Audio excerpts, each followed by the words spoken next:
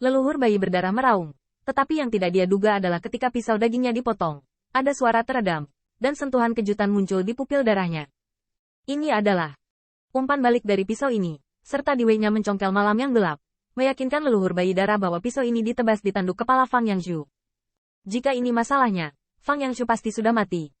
Fang Yangshu juga merupakan pembangkit tenaga listrik nyata di ranah kaisar. Tetapi sekarang dia telah menjadi hantu di malam yang gelap. Yang membuat leluhur bayi darah menggigil sejenak.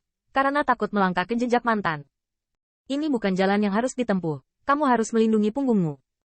Qin Yichen berkeliaran di malam yang gelap. Seperti orang buta yang menyentuh gajah. Dan secara bertahap mundur. Bersiap untuk bersandar di pohon tua yang menjulang tinggi. Sehingga setidaknya dia tidak akan diserang oleh musuh. Namun, ketika Qin Yichen bersandar di batang pohon, dia melihat bahwa sentuhan kulit kering tiba-tiba berubah menjadi cakar yang tajam. Dan dia ingin mencabik-cabik hati Qin Yichen. Apa? Tanda seru.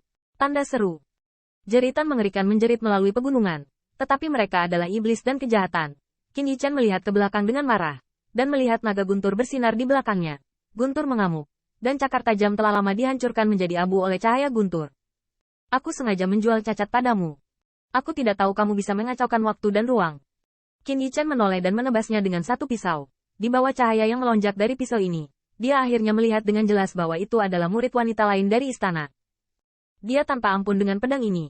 Belum lagi dia tidak memiliki persahabatan dengan istana tanah. Kunci murid istana tanah, bukan lagi makhluk. Dipotong dengan satu pisau. Cahaya guntur dan cahaya pedang terjalin. Dan kecemerlangan yang mempesona mekar di bawah malam yang gelap. Namun, yang mengejutkan Qin Yichen adalah ketika dia menebasnya, dia melihat murid istana menghilang menjadi gumpalan asap hitam. Ini, apakah Zhan Kong? Qin Yichen yakin bahwa sentuhan pedangnya bukan pada daging dan darah, tetapi berubah menjadi asap hitam dan menghilang.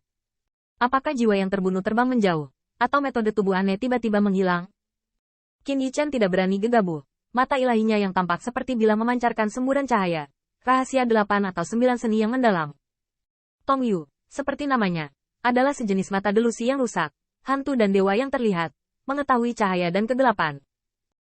Qin Yichen ingin menggunakan 8 atau 9 seni mendalam untuk menembus jalan setapak di sekitarnya. Tetapi mata ilahinya yang tampak seperti pisau baru saja bersinar. Tetapi tiba-tiba dia mendengar teriakan lain tidak jauh. Apa? Tanda seru. Tanda seru. Qin Yichen melihat ke belakang, dan melihat 4 atau 5 sosok berkumpul. Seperti sekawanan serigala, berbagi sosok. Jeritan ini datang dari sosok yang terkepung. Hantu yang mengepung sangat kejam, dan Qin Yichen samar-samar dapat melihat daging dan darah terkoyak, seolah-olah dia ingin menelan sosok itu hidup-hidup. Apa yang membuat Qin Yichen tenang dan paling tidak bisa tenang adalah teriakan ini adalah suara Wen Qing. Bayangan indah itu, dan tombak tajam di tangan bayangan indah itu, semuanya menjelaskan bahwa itu adalah Wen Qing. Qin Yichen terkejut, dia melangkah keluar tiba-tiba. Bagaimana dia bisa tahan membiarkan Wen Qing menderita sedikit pun?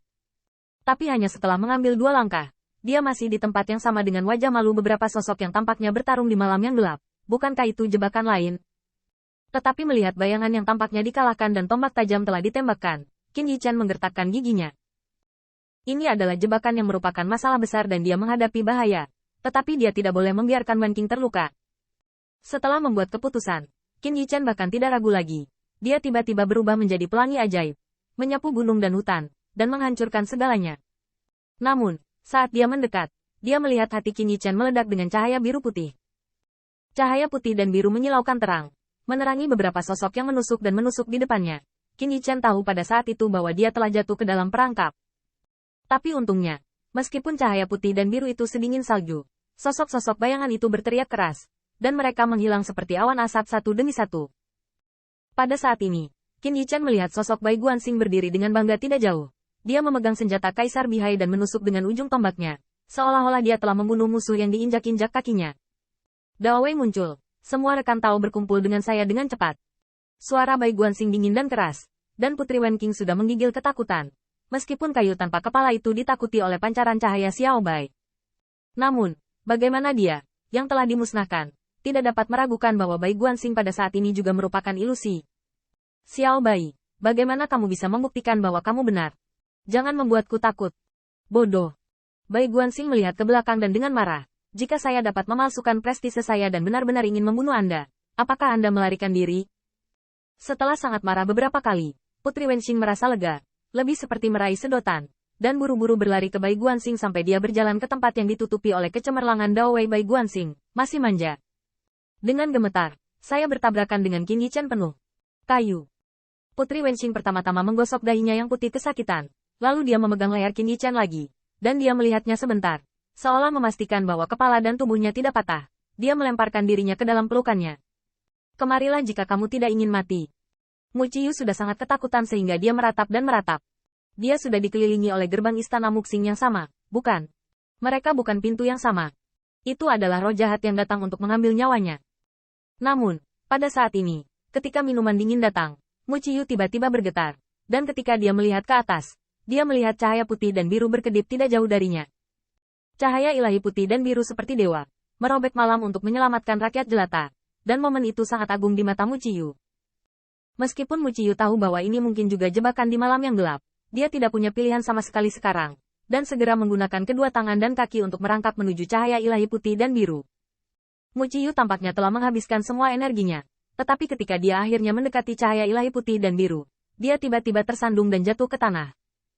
Dan ketika Mu Qiyu mengangkat kepalanya, dia melihat sosok berlumuran darah, mengenakan gaun kulit darah, seperti bayi hantu, menatap darah dan tatapan brutal. Nak, kenapa kamu masih hidup? Tanda seru. Raungan ini benar-benar membuat Mu Qiyu takut mati. Hantu. Tanda seru. Tanda seru. Mu Qiyu merangkak. Tiba-tiba dia ingat bahwa tingginya tidak lebih tinggi dari pahanya. Seluruh tubuhnya tampak basah oleh lautan darah dengan bau yang menyengat. Dan tatapan kejam itu. Bukankah ini nenek moyang bayi berdarah? Tapi memikirkan nama mengerikan leluhur berdarah itu, Mu Qiyu hampir kehilangan napas di tempat. Apa keberadaan leluhur bayi darah? Tanda seru. Itu adalah kekuatan pembunuh, haus darah, dan brutal. Bahkan tuannya bukanlah lawan. Tanah malam abadi terlalu menakutkan. Bagaimana bahkan leluhur bayi darah dapat dipadatkan? Mu Qiyu sepertinya tak terelakkan. Dia memanjat ke pohon kuno dan melihat penampilan brutal leluhur bayi berdarah itu.